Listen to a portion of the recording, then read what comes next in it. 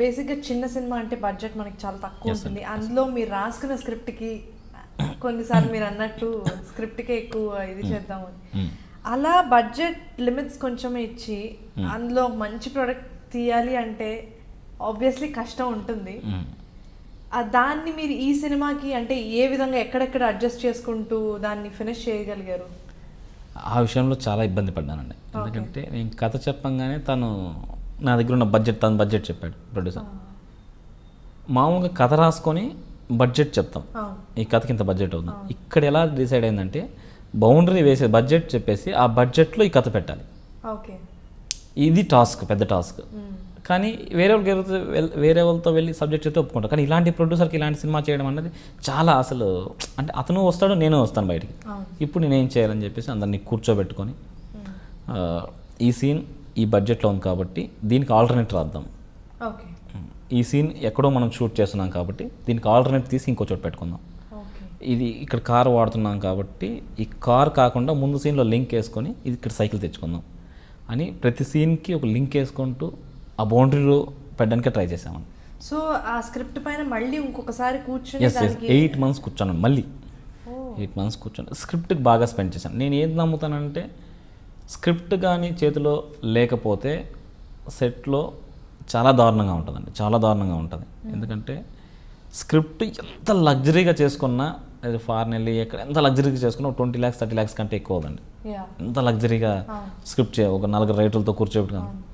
Once సెట్లోకి వెళ్ళాక 1 గంట late అయితే మీటర్ రన్ అవుతూ ఉంటుంది, పరిగెడుతుంటుందండి. అండ్ కొత్త ప్రొడ్యూసర్స్ ఇంకా అసలు దారుణం అది. ఏ ప్రొడ్యూసర్కైనా సెట్లోకి వచ్చి డైరెక్టర్ ఆలోచించాడు అంటే ఆ సినిమా అక్కడ చచ్చిపోతుందండి. అది నేను నమ్ముతాను, ఖచ్చితంగా చచ్చిపోతుంది. ఎందుకంటే ప్రొడ్యూసర్ పెట్టే బడ్జెట్ కంటే ఎక్కువ ఎప్పుడైతే ఫీల్ అవుతాడో, ఎంత మంచి కథ హిట్ అయినా సరే ప్రొడ్యూసర్ 10 రూపాయలు పెడితే అది పెద్ద హిట్ అయ్యి 9 రూపాయలు వస్తే ప్రొడ్యూసర్ లాస్ అయ్యండి, ఇంకో సినిమా తీయలేడు. 2 రూపాయలు పెట్టి 3 రూపాయలు వస్తే ఇంకా సినిమా చేయొచ్చు. కానీ ఎంత పెద్ద హిట్ అయినా సరే 10 రూపాయలు ఎక్కువ పెట్టేసి తక్కువ వచ్చిందనుకోండి, ఆడియన్స్ హిట్, మీడియాలో అంత పెద్ద హిట్, కానీ డబ్బులు రావు. ప్రొడ్యూసర్ బాగున్న రోజే ఇంకో 4 సినిమాలు చేస్తాడు, 4 టెక్నీషియన్స్ బాగుపడతారు. కాబట్టి ప్రొడ్యూసర్ని ఎలా సేవ్ చేయాలని ఆలోచించాం ఫస్ట్ నుంచి. ఇది ఇక్కడ రాసుకుందాం, ఇది ఇక్కడ రాసుకుందాం, ఈ సీన్ బయటకు వెళ్ళకూడదు, ఈ సీన్ లోపల పెట్టుకోవాలి, ఈ బౌండరీలోనే ఉండాలి. సరే నేను ఎక్కడో బయట దూరం అనుకున్నాము, సరే లొకేషన్స్ కోసం వెతుకుతాం ఫస్ట్. కొత్త లొకేషన్స్లో చూయిస్తే ఆడియన్స్ ఖచ్చితంగా కనెక్ట్ అవుతారు, బడ్జెట్ లేకపోయినా అంటే కనెక్ట్ అవుతారు అనే ఉద్దేశంతోనే. అంటే ఈ సినిమాకి ఎంత కావాలో అంత బడ్జెట్ కనిపిస్తుంది, ఈ సినిమాకి ఏం కావాలో అది ఉంది. అండ్ నేను నమ్మింది ఏంటంటే కథ రాసుకుంటే చాలు, కంటెంట్ ఉంటే చాలు. అంటే ఆ కంటెంట్ అందరినీ క్షమించాలండి. హీరోయిన్ తప్పు అంటే నేను హీరో కొన్ని సీన్లు సరిగ్గా చేయకపోవచ్చు, హీరోయిన్ కొన్ని చేయకపోవచ్చు, లేకపోతే ఇంకో ఆర్టిస్ట్ సరిగ్గా చేయకపోవచ్చు, లేకపోతే నేను డైరెక్షన్ చేయకపోవచ్చు, లేకపోతే ప్రొడ్యూసర్ కొన్ని చోట్ల డబ్బు పెట్టకపోవచ్చు. వీళ్ళందరినీ క్షమించేది అంటే కథ. కథ స్ట్రాంగ్గా ఉంటే అది ముందుకు తీసుకెళ్ళిపోతుంటా, అది నేను నమ్ముతాను. ఎందుకంటే ఫస్ట్ సినిమా కాబట్టి ముందుగా నేను ప్రిపేర్ అయ్యి ఉన్నాను. నేను గాల్లో అయితే లేనండి ఫస్ట్ ఆఫ్ ఆల్. అంటే ఈ సినిమా చేస్తే ఇంకో సినిమా అలా వస్తుంది, ఆ సినిమా వస్తుంది, నేను పూరి జగన్నాథ్ అయిపోయి ఈ గాల్లో లేనండి. పూరి జగన్నాథ్ ఆ స్టేజ్కి వెళ్ళాలంటే ముందు అంటే ప్రతి సినిమాకి కష్టాలు ఉంటాయి, కష్టం గురించి నేను మాట్లాడండి. ఇప్పుడు బాహుబలికి ఉన్న కష్టాలు ఉంటాయి, ఈ సినిమాకి కష్టాలు ఉంటాయి, కష్టం గురించి నేను మాట్లాడతాను. అయితే ముందుగా ప్రిపేర్ అయితే ఉన్నాను, ఈ ప్రాబ్లమ్స్ వస్తే ఎలా ఫేస్ చేయాలి, ఇక్కడ ఇలా వస్తే ఎలా దీన్ని అడ్డుకోవాలి, అలా ప్రిపేర్ అయ్యి స్క్రిప్ట్ చేసుకున్నాము. అలా స్క్రిప్ట్ చేసుకున్నది ఇక్కడ దాకా లాక్కొచ్చాం. అండ్ ఒక స్పీచ్లో చెప్పినట్టు నరేష్ గారు మీరే చెప్పారు, ఆల్మోస్ట్ ఇది సీన్ ఇలా డిలే అయ్యి బేసిక్గా కాల్ షీట్స్ ద్వారా వెళ్తాము, మీరు అలా ఒప్పించడానికి ఇబ్బంది పడ్డాను అన్నారు. What is that exactly? అంటే ఇక్కడ ఒకే సీన్ కోసం ఆ రోజు మొత్తం అలా అయిందా, లేకపోతే నేను కొత్త వాళ్ళు అవడం వల్ల ఇప్పుడు ఏంటంటే సీనియర్ డైరెక్టర్లు ఏంటంటే ఫస్ట్ పెద్ద ఆర్టిస్టులతో చేసేసి పంపించేస్తాను. నేనేంటంటే ఒక ఫ్లో ఉంటుంది నాకు, ఈ సీన్ కంప్లీట్ అయితేనే ఇంకో సీన్కి వెళ్ళాలి. ఇప్పుడు ఒక హీరోయిన్తో చేస్తున్నప్పుడు ఒక నరేష్ గారు రావచ్చు, రవికళ రావచ్చు, వాళ్ళని కూర్చోబెట్టేసి ఇది కంప్లీట్ చేస్తాను, ఇది ఇమ్మీడియట్లీ అక్కడికి వెళ్ళిపోయి నేను చేయలేను. ఈ ఎమోషన్ డ్రాప్ అవుతుంది, ఈ ఎమోషన్ మధ్యలో ఇది ఓకే తర్వాత అయినా చేసుకోవచ్చు వెళ్ళి, అది చేయలేను నేను. ఎందుకంటే తర్వాత చేసుకోవచ్చు అంటే ఈ ఎమోషన్స్ ఆఫ్లో కట్ అయిపోతుంది కాబట్టి. అండ్ ఇంకోటి ఏంటంటే నరేష్ గారు వాళ్ళ ఏజ్ని కూడా మనం తీసుకోవాలండి. మనం 6 గంటలకు వెళ్ళిపోయి లొకేషన్లో ఉండే వాళ్ళు 50 దగ్గర ఉన్నారు కాబట్టి వాళ్ళు కూడా మనం 6 గంటలకు రావాలి, మనం డబ్బులు ఇస్తున్నాం కదా, ఆర్టిస్టులను ఎప్పుడు అంత ఇబ్బంది పెట్టకూడదండి. కాకపోతే ఆయన ఆ రోజు అంటే 2-3 సార్లు జరిగాయండి ఇలాగ. సెట్కి వచ్చారు అంటే ఒక ఆర్టిస్ట్ మార్నింగ్ 7 నుంచి ఈవినింగ్ 7 వరకు చేస్తుంటే అలిసిపోతారండి. అండ్ ఇంకోటి ఏంటంటే ఆర్టిస్ట్ ఫేసే మనకి డబ్బులు కానీ ఆడియన్స్ చూడడం కానీ వాళ్ళ ఫేసే మనం చూడడం. వాళ్ళు కానీ సరిగ్గా వాళ్ళ మూడ్ లేకపోయినా సరిగ్గా లేకపోయినా యాక్ట్ చేయకపోయినా మనం పెట్టిన ఎఫర్ట్ అంతా డమ్మీ, అది బిస్కెట్ అయిపోతుంది. కాబట్టి 7 గంటలకు అంటే 7 గంటల తర్వాత కూడా ఎలా చెప్పాలి అనుకున్నాను. తను చెప్పగానే దీన్ని ఉంచేద్దాం అన్నాడు.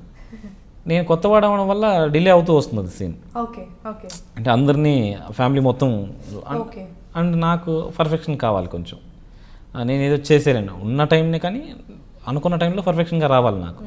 కంప్లీట్లీ బాగా వస్తేనే సాటిస్ఫై, లేదంటే లేదండి లేదండి లేదండి అని అవసరం తిట్టుకొని, కానీ నేను పక్కకి వెళ్ళిపోయి వచ్చేవాడిని కానీ తిట్టుకోండి అని చెప్పేసి. కాకపోతే నాకు ముందు తిట్టుకోవద్దండి సార్, పక్కకి వెళ్ళి తిట్టుకోండి కొంచెం బాగుంటుంది నాకు, నా మూడు కూడా పాడవకుండా ఉంటుంది సార్ అని నేను ఇలా చెప్పేవాడిని నరేష్ గారితో, రవి గారితో. సార్ తిట్టుకోండి కొంచెం పక్కకి వెళ్ళి తిట్టుకోండి, నా మూడు పాడవకుండా వాళ్ళు నవ్వేవాళ్ళు. అలాగా ఆయన సపోర్ట్ చేశారు, కొన్ని చోట్ల బాగా సపోర్ట్ చేశారు. రవికాలే ఈ సినిమా కథ రాసుకున్నప్పుడు ఈ క్యారెక్టర్లు కొత్త వాళ్ళు చేస్తేనే బాగుంటాయి. అంటే ఆల్రెడీ ఆడియన్స్ తెలిసి ఉండాలి, కానీ వాళ్ళు ఇంతకుముందు అలా కాకుండా ఫ్రెష్గా కనిపించాలి. రవికాలే నెగిటివ్ క్యారెక్టర్స్ చేశాడండి, అన్ని విలన్ క్యారెక్టర్స్ చేశాడు. అండ్ కన్నడలో పెద్ద ఫేమస్ తను, తమిళ్లో ఇప్పుడు రజనీకాంత్ అలాంటి వ్యక్తిని పాజిటివ్గా మార్చగలిగాను అంటే నేను సక్సెస్. వచ్చి కథ చెప్పాను, లైన్ వినంగానే తను ఇంకేం మాట్లాడలేదు. సార్ మీరు కావాల్సిన రెమ్యునరేషన్ ఎందుకు, సినిమా బాగుంది కదా, కథ బాగుంది కదా, తర్వాత మాట్లాడదాం ఓకేనా. మార్నింగ్ 6కి వచ్చి ప్రాక్టీస్ చేసేవాడండి తెలుగులో ఎలా మాట్లాడాలి.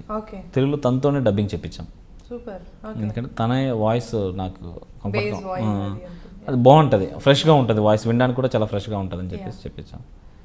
అలా హెల్ప్ అయ్యారండి ప్రతి ఒక్కరు. అండ్ రమేష్ గారు, తాగుబోతు రమేష్ 150 సినిమాలు చేసింది ఒక ఎత్తు, ఈ సినిమా చేసింది ఒక ఎత్తు అండి. ప్రతి సినిమా ఆయన తలూపి తాగే క్యారెక్టర్ తాగుబోతు క్యారెక్టర్ చేశాడు. ఈ సినిమా సెకండ్ హాఫ్ తను చేసిన క్యారెక్టర్ ఎపిక్ అండి, చాలా బాగుంటుంది, చాలా కొత్తగా ఉంటుంది, చాలా ఫన్ ఎంటర్టైన్ అవుతారు. ఎనీవే చాలా కష్టపడి లాక్కొచ్చాము, సాయి గారి వల్ల చాలా ఫ్రీ అయ్యాం.